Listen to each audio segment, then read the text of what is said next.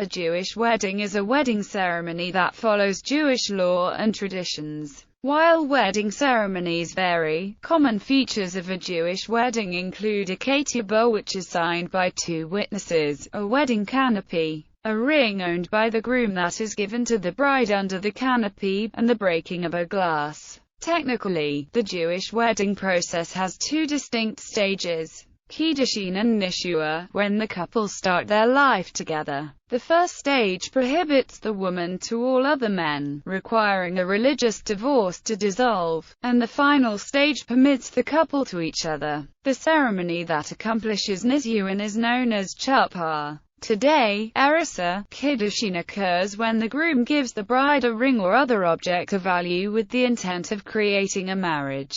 There are differing opinions as to which part of the ceremony constitutes Nishua, chupah. They include standing under the canopy, itself called a chupah, and being alone together in a room. While historically these two events could take place as much as a year apart, they are now commonly combined into one ceremony: signing of the marriage contract. Before the wedding ceremony, the groom agrees to be bound by the terms of the ketubah, or marriage contract, in the presence of two witnesses, whereupon the witnesses sign the ketubah. The ketubah details the obligations of the groom to the bride, among which are food, clothing, and marital relations. This document has the standing of a legally binding agreement. It is often written as an illuminated manuscript that is framed and displayed in their home. Under the chupah, it is traditional to read the signed ketubah aloud, usually in the Aramaic original, but sometimes in translation. Traditionally, this is done to separate the two basic parts of the wedding. Secular couples may opt for a shortened version to be read out.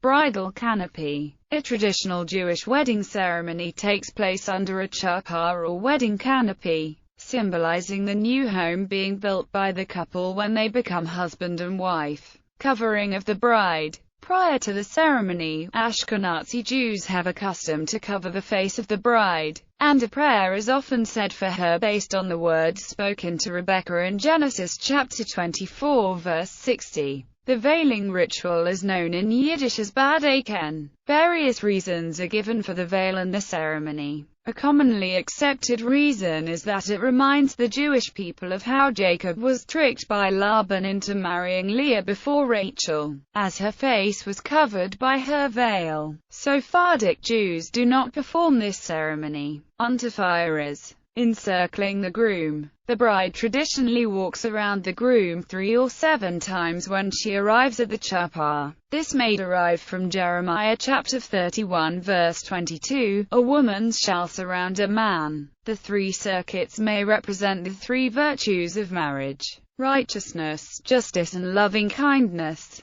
7 circuits derives from the biblical concept that 7 denotes perfection or completeness. Sephardic Jews do not perform this ceremony. Presentation of the ring. In traditional weddings, 2 blessings are recited before the betrothal: a blessing over wine, and the betrothal blessing, which is specified in the Talmud. The wine is then tasted by the couple. The groom gives the bride a ring, traditionally a plain wedding band, and recites the declaration, "Behold, you are consecrated to me with this ring according to the law of Moses in Israel." The groom places the ring on the bride's right index finger. According to traditional Jewish law, 2 valid witnesses must see him place the ring. During some egalitarian weddings, the bride will also present a ring to the groom, often with a quote from the Song of Songs, Ani Dodi, Vi Dodi Li, which may also be inscribed on the ring itself. This ring is sometimes presented outside the chupah to avoid conflicts with Jewish law. 7 blessings. The Shiva Brakot, or 7 blessings, are recited by the Hazan or rabbi, or by select guests who are called up individually. Being called upon to recite one of the 7 blessings is considered an honor. The groom is given the cup of wine to drink from after the 7 blessings. The bride also drinks the wine. In some traditions, the cup will be held to the lips of the groom by his new father-in-law and to the lips of the bride by her new mother-in-law. Traditions vary as to whether additional songs are sung before the 7 blessings. Breaking the glass. After the bride has been given the ring, or at the end of the ceremony, the groom breaks a glass, crushing it with his right foot,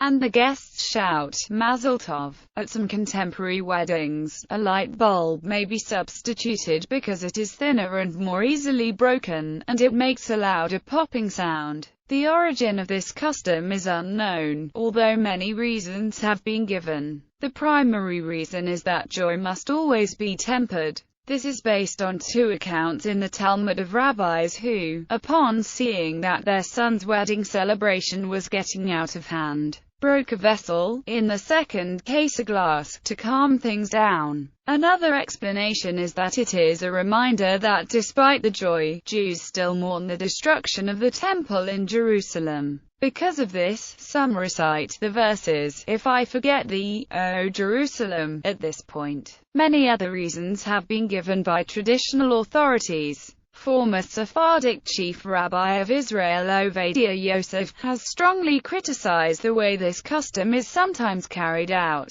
arguing that many unknowledgeable people fill their mouths with laughter during the breaking of the glass, shouting Mazel Tov, and turning a beautiful custom meant to express our sorrow over Jerusalem's destruction into an opportunity for lightheadedness. Yichud. Yichud refers to the Ashkenazi practice of leaving the bride and groom alone for 10 to 20 minutes after the wedding ceremony. The couple retreats to a private room. Yichud can take place anywhere, from a rabbi's study to a synagogue classroom. The reason for Yichud is that according to several authorities, standing under the canopy alone does not constitute chuppah, and seclusion is necessary to complete the wedding ceremony. However, Sephardic Jews do not have this custom, as they consider it a davar mekoar, a repugnant thing, compromising the couple's modesty. In Yemen, the Jewish practice was not for the groom and his bride to be secluded in a canopy, as is widely practiced today in Jewish weddings, but rather in a bridal chamber that was, in effect, a highly decorated room in the house of the groom. This room was traditionally decorated with large hanging sheets of colored, patterned cloth,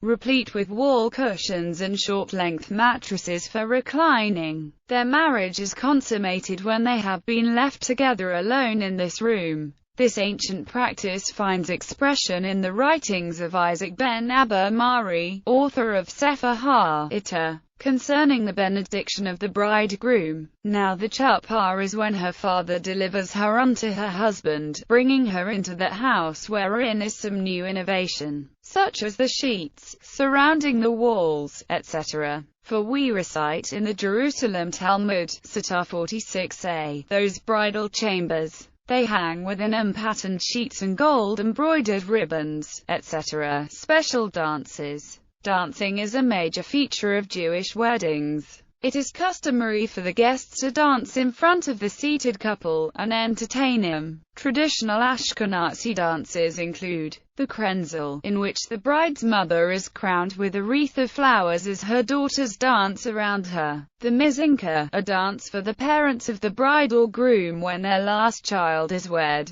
the hora is a Middle Eastern, Israeli-style dance usually played as a second dance set; the gladdening of the bride, in which guests dance around the bride, and can include the use of shtick, silly items such as signs, banners, costumes, confetti, and jump ropes made of table napkins; the mitzvah dance, in which family members and honored rabbis are invited to dance in front of the bride, often holding a gartel, and then dancing with the groom. At the end the bride and groom dance together themselves. Birkat Hamazon and Shiva Brakot. After the meal, Birkat Hamazon is recited, followed by Shiva Brakot. At a wedding banquet, the wording of the blessings preceding Birkat Hamazon is slightly different from the everyday version. Prayer booklets called benches may be handed out to guests. After the prayers, the blessing over the wine is recited, with 2 glasses of wine poured together into a third.